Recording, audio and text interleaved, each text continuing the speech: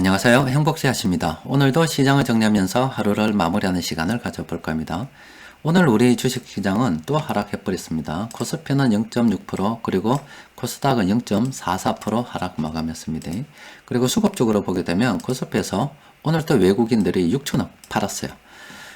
외국인들이 한 며칠 계속 팔고 있는데 얼마 전에는 2조 그리고 그 다음날 2조 7천억 그 다음날 1조 4천억 그 다음에 4,400억 그리고 오늘은 6천억을 팔아붙습니다. 외국인 투자자들이 우리나라 주식을 또 한 며칠 들어서 연속적으로 계속해서 팔고 있습니다. 최근 이 외국인 투자자들이 왜 우리나라 주식시장에 주식을 팔고 있는지 또 그리고 앞으로 우리가 투자를 할 때 어떤 전략을 가지고서 접근해야 될 건지 그런 이야기를 좀 해볼까 합니다. 먼저 세상 돌아가는 것 좀 살펴보고 난 다음에 이야기를 하도록 합시다. 현재 저기 이스라엘은 팔레스타인하고 지금 전쟁 중입니다. 지금 현재 우리나라도 전쟁 중인 나라이잖아요.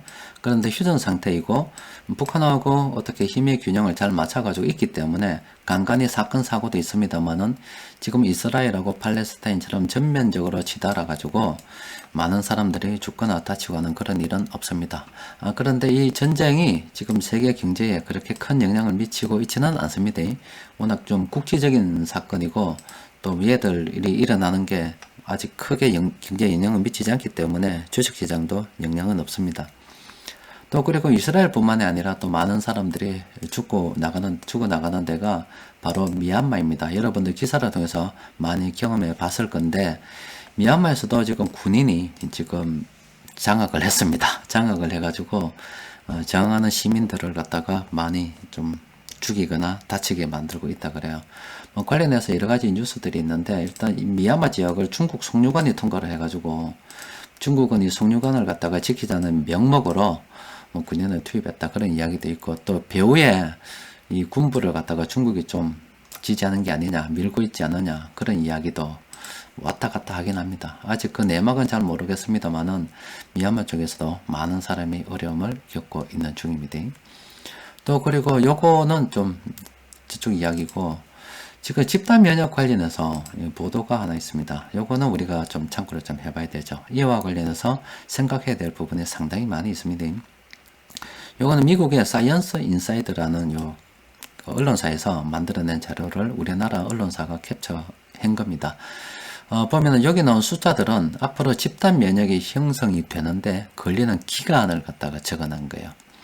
여기 보면 이스라엘은 한참 갔다가 지금 전쟁 때문에 이렇게 밀려난 상태이고 영국은 34일 그리고 미국은 48일 칠레는 50일 캐나다 46일 독일 53일 쭉 해가지고 싱가폴 67일까지 최장 스웨덴이 74일인데 여기 가만히 보면은 우리가 말하는 선진국들은 여기 대부분 다 들어가 있다라고 보시면 됩니다.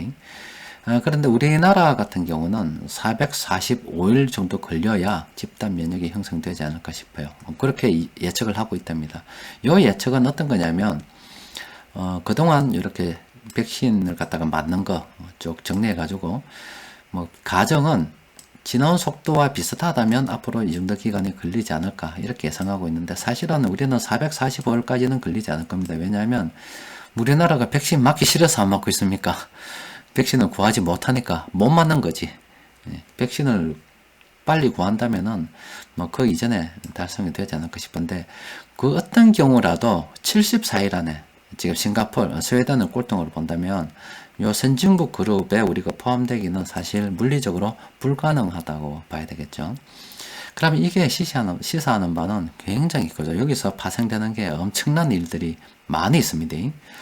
그래서 늘 아쉽죠. 일본 같은 경우는 800일이 더 걸린다는데, 이 백신 때문에 사실 우리는 일본이 지금 이렇게 정도 구했다 했잖아요. 그러니까 백신 접종을 갖다 얼마나 빨리 할지 모르겠습니다만은, 어쨌든, 이 일본 같은 경우도 우리보다 훨씬 빨리 여기에 들어갔다 그러면, 또 상당히 좀 발전하겠죠. 그런데 지금 우리보다 더 늦은 이런 상황이라 그러면은, 일본은 이제 우리한테 뒤처진다고 봐야 됩니다. 우리도 요 그룹에 들어가서 함께 달린다면 훨씬 좋을 건데 그러지 못해서 상당히 많이 아쉽기는 하지요. 일단 여기로부터 파생되는 내용들이 상당히 많기 때문에 투자 전략에 대해서도 생각을 좀 해봐야 됩니다. 일단 외국인 투자자들이 최근에 파는 거는 앞서 말씀드린 이제 백신 접종률하고도 무관하지 않다고 저는 생각을 하고 있습니다. 왜냐하면 상식적으로 생각을 좀 해보세요. 상식적으로 여러분들이라면 어느 나라 경제가 빨리 발전할 거라 생각이 됩니까? 이 나라더라고, 이 나라고 봤을 때. 냉정하게 생각을 해보라고. 이거 훨씬 더 유리하겠죠. 아무래도 경제가 빨리 돌아갈 가능성이 더 클 거 아닙니까? 그러니까 돈 뺏으려 들고 가는 거지요. 그건 당연한 거잖아요.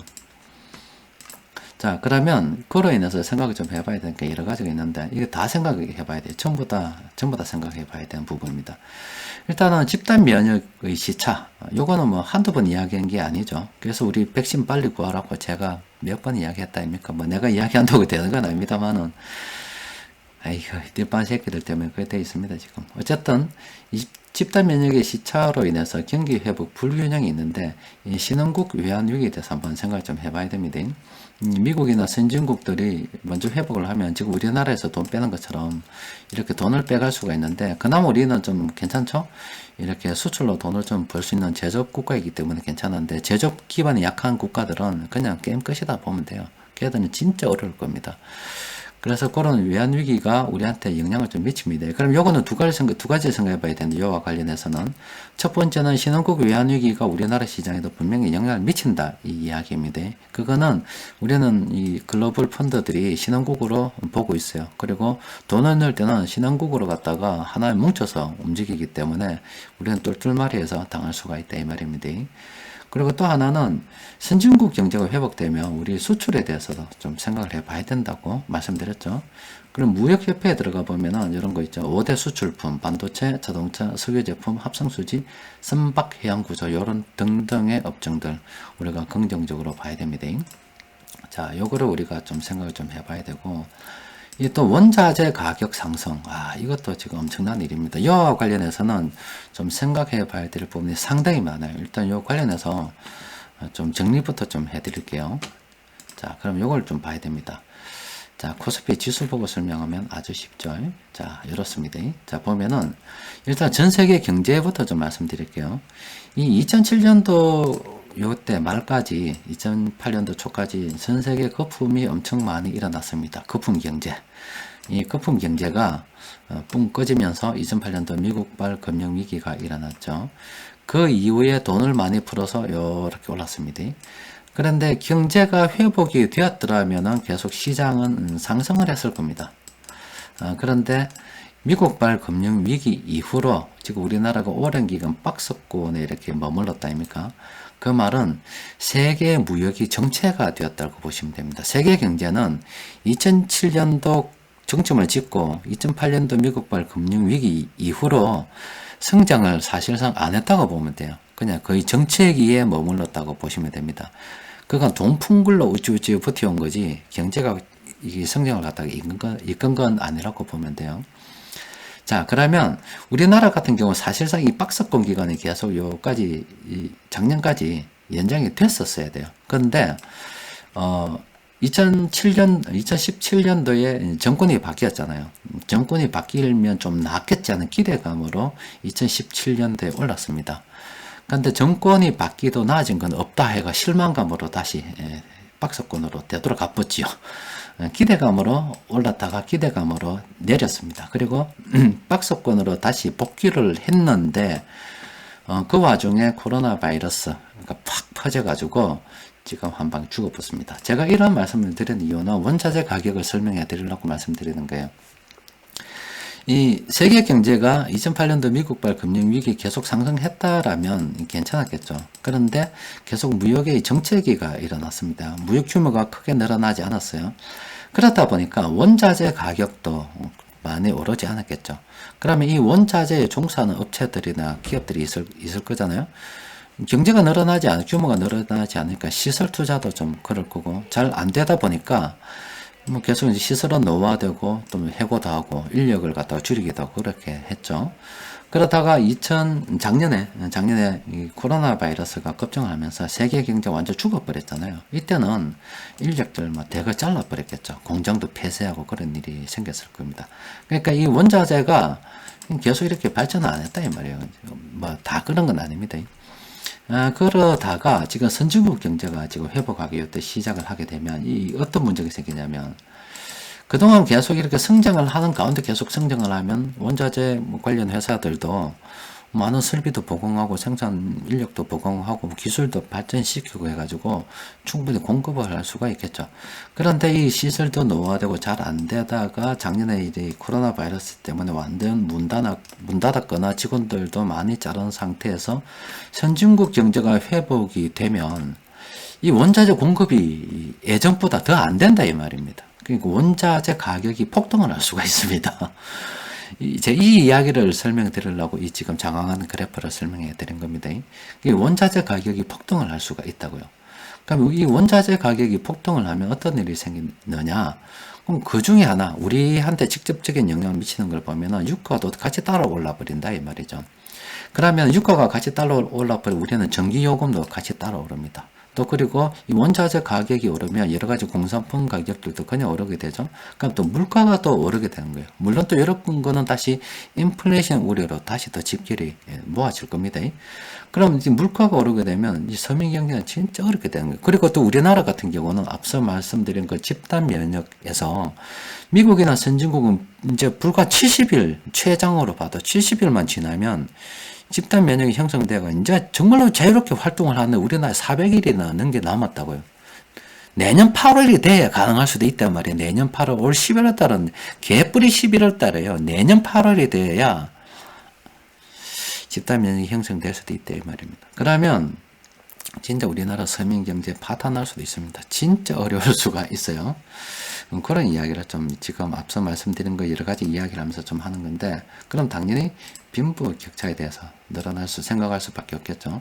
그럼 이 모든 것들은 다시 선진국 인플레이션 발생으로 또 집중이 되게 됩니다. 왜 그러냐면은 선진국 경제가 먼저 회복이 되면 선진국 쪽으로 다시 그 표 보여드릴까요? 선진국 쪽으로 이런 선진국 쪽으로 돈이 갈 수밖에 없다 아닙니까? 이런 선진국 쪽으로. 그러면은 당연히 이 신흥국들은 이렇게 돈이 없을 수밖에 없죠. 그다음 우리가 좀 나은 것은 우리는 수출을 하고 있기 때문에 내수는 어렵지만 수출을 괜찮을 거다라고 말씀드렸잖아요. 그리고 원자재 관련해서 하나 더 생각해 봐야 되는 게 지금 철강하고 비금속 광물 있죠. 이거는 우리가 긍정적으로 생각을 해 봐야 되죠.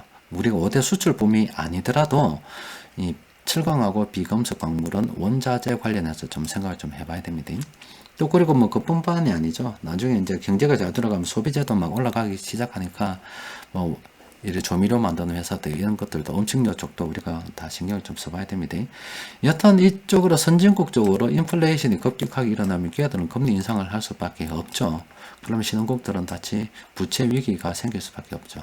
그러니까 이 간단한 표 하나만 가지고도 생각해 봐야 될 게 엄청 많고, 또 그리고 우리 그 가운데 넘어야 될 산들이 엄청 많이 있습니다. 신흥국 위기, 그리고 유가 상승, 이건 여러분들하고 직접적으로 영향을 미치는 겁니다. 또 그리고 물가 상승도 직접적으로 영향을 미칠 겁니다. 그리고 서민 경제 진짜 더 어려워질 거예요. 왜냐하면 미국 경제는 돌아가는데 우리나라는 지금 묘연합니다. 지금 백신을 갖다가 미국 가서 정상회담을 해서 어느 정도 구할는지는 모르겠어요. 그런데 미국도 바보가 아닙니다. 이번에 정상회담을 할 때 일본은 스가 총리가 뭐 이렇게 뭐 구해님 백신 이렇게 구해님 많이 그런 이야기를 하는데 그 대가가 뭐였어요? 미국 편에 서서 중국하고 이래 적으로 둔다 이런 걸 한 겁니다. 미국 편에 쓴 거예요. 그럼 우리나라가 지금 여기 있는데 미국에 간단 말입니다. 이 미국에 가면 미국이 가만히 있겠어요? 일본처럼 똑같은 요구할 겁니다. 반도체 이야기 뭐 하겠지만 그거 아니고 백신을 갖다가 분명히 거래의 대상으로 저는 삼을 거라고 봅니다. 일본처럼 백신 줄 거니까 그 대신 우리 그 미국 쪽에 서서 이 중국 제재에 동참해 달라. 이 대만 문제도 그렇고 지지도 해주고 호주나 일본이나 다른 나라들처럼 한국도 여기 서라. 분명히 그런 요구할 거라고 봅니다. 그럼 우리는 굉장히 곤란하죠. 이 중국하고 미국하고 우리나라의 굉장히 큰 무역 상대국인데 둘 중에 하나를 갖다 선택해라고 하면 굉장히 곤란하죠. 그래서 이게 아마 제 생각으로는 대통령 가기 싫을 겁니다.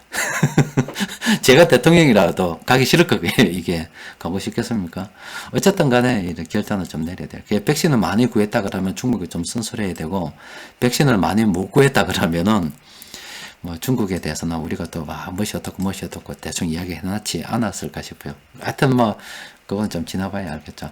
하여튼 이런 이야기들이 원자재가 상승되고 하면 빈부격차가 확대가 되고 또 부채위기고 어떤 이런 내용들이 앞으로 우리에게 많은 영향을 미칠 겁니다. 그러면은 불균형은 수출주 봐야 되죠. 원자재 가격 관련해서는 철강이나 비금속 광물도 우리가 좀 신경을 좀 써봐야 되죠. 그리고 그 가운데 항상 위기가 신흥국 위기나 부채 위기나 빈부격차 확대나 뭐 이런 유가 상승, 물가 상승이 우리 앞에 다가올 게 뻔하기 때문에 우리는 위험 관리 잘 해야 되죠. 여기 다 투자 전략에 다 해당이 되는 상황이고 이런 것들을 우리가 현재 돌아가는 상황을 쭉 보고 예상을 할 수 있는 겁니다. 그러니까 이런 것들 보고 예상을 할 수가 있는 거죠. 그러니까 늘 말씀드리지만 아쉽다 이 말입니다. 아쉽다고. K방역이니 뭐 자랑해서 할 때 좀 예산 좀 편성해가지고 국민들한테 돈 나눠줄 때 이 돈 나눠주는 걸 가지고 솔직히 저는 그 돈 가지고 백신을 14조만큼 웃돈 주고 사보세요. 백신 하나 얼마인지 모르겠는데 10조만큼 주고 진짜 웃돈을 주고 백신을 사서 우리가 이 그룹에 가면은 이 경제가 정상화되었을 때 이 늘어나는 기간만큼 14조 이상의 경제 어떤 부양 효과가 없겠습니까? 저는 훨씬 더 있다고 봅니다. 이거는 말하면 뭐 하겠습니까? 이 정신을 가지고 이성을 가지고 뭔가 투자를 판단해야 되는데 이성이 아닌 감성으로 뜨드는 사람들이 있어서 말을 안 합니다. 그래서 아는 사람들은 아는 사람들끼리 대비하고 살아나가서 일어서십시오. 무식해서 못 살아나는 거 어떻게 하겠어요? 자, 일단 오늘 우리 시장을 보면은 별로 안 좋았습니다. 그래서 오늘은 관망을 이야기했는데 그래도 그 가운데 세력들이 사는 업종 종목들이 좀 있습니다. 좀 살펴보면은 요래 16개 있습니다. 하나 이야기를 못했네요. 일단 수출주 올해 괜찮고 또 관련해서 또 원자재 가격 상승까지 하면 비금속 광물 철강 괜찮다고 말씀드렸잖아요. 그러면은 이 이제 보복 소비 언젠가 우리나라가 될 거다 이 말이에요.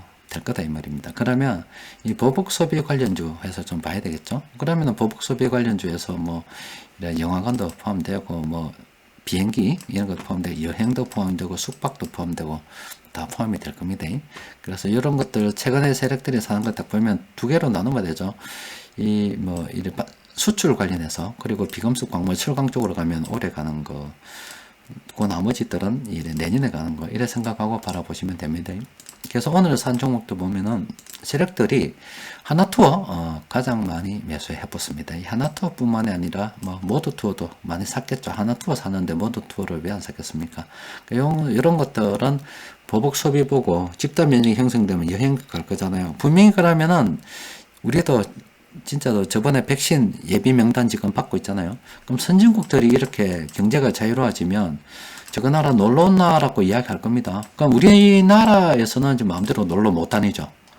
그럼 우리나라에서 백신 먼저 맞은 사람이 있을 거잖아요. 그러면 너거는 백신 맞았으니까 우리나라 놀러 와도 된다라고 이야기할 거 아닙니까? 그러면 였다고 뛰어나갈 거니까 하나투어 여행사 잘 되지 않겠습니까? 당연히 비행기도 잘 되겠죠. 괜히 아쉽다는 게 이런 거잖아요. 만약에 우리가 이렇게 집단 면역이 형성되어 있으면 우리도 갈 테니까 너도 온나라고 할 수 있겠어요? 없겠어요? 한국으로 놀러 온나라고 할 수 있겠죠. 그럼 우리 한국 경제 잘 돌아가겠습니까? 안 돌아가겠습니까? 잘 돌아가겠죠. 근데 우리는 갈게 하고 우리는 너가 집단 면역이 형성되니까 우리 너가 나라 놀러 갈게 하고 놀러 가는데 너는 오라 소리 못 하니까 이 집단 면역을 갖다가 이게 빨리 형성하지 못한 게 얼마나 경제적인 큰 타격이 있는지 정말 알아야 됩니다. 그러니까 늘 말씀드리는 게 진짜 조디만 가지고 나라 발전시킨다. 그 헛소리는 좀 하지 말고 그런데 이게 총력을 기울여서 해야죠. 입만 따마시 돈 더 준다 지랄 병신 새끼들. 자, 일단은 뭐 이런 종목들 세력들이 많이 샀다 그럽니다. 자, 어떤 게 있는지 좀 더 살펴보고 그래도 단기적으로 좀 조심해야 되는 종목들이 좀 있죠. 이렇게 SK이노베이션, 동국산업 이런 종목들은 단기적으로 좀 너무 많이 올랐기 때문에 조심해야 됩니다. 근데 SK이노베이션은 이제 좀 아직 5개나 남았고 그럼 이번에 지금 조심해야 되지만 나중에 떨어졌다가 다시 오를 때는 긍정적으로 한번 봐도 되겠죠. 왜냐하면 이게 우리나라 5대 수출품 중에 하나가 되니까. 그죠? 오늘 세력들이 매수한 종목들 중에서 조심해야 될 것은 서흥은 좀 조심해야 된대요. 나머지는 일단 잘 모르겠고 이 나머지 종목들 있죠. 요거는 좀 관심을 가져봐야 되지 않겠습니까? 그래서 오늘 제가 시향을 마치고 난 다음에 정리 좀 하고 괜찮은 종목이 있으면 내일 장중수급 분석 시간에 올려드릴게 할게요. 또 이야기하다 보니까 제가 열받아서 병신 같은 놈들이라고 돌대가리 좀 이야기 좀 했는데 미안합니다. 아 진짜 그런 이야기를 하면서도 좀 미안하다고 해야 되는데 아유 진짜 솔직히 미안하다 소리 하기 싫은데 좀 그렇습니다. 그런데 어쨌든 못 주겠어요. 지금 우리나라 상황이 이렇고 지금 전 세계 돌아가는 게 흐름이 이렇습니다. 그러면 우리는 요 가운데서 투자 전략 잘 수립해서 살아남아야 되겠지요. 똑똑한 놈이 살아남습니다. 감성적으로 따라다니면서 감성팔이 하다가는 뭐 세상에 뭐 평생 죽을 때까지 감성팔이 하면 살 수 없잖아요. 감정에 따라서 어떻게 움직여. 사람은 감정의 동물이 아니라 이성의 동물입니다. 이성을 좀 찾아서 세상을 똑바로 바라봤으면 합니다. 자, 이상입니다.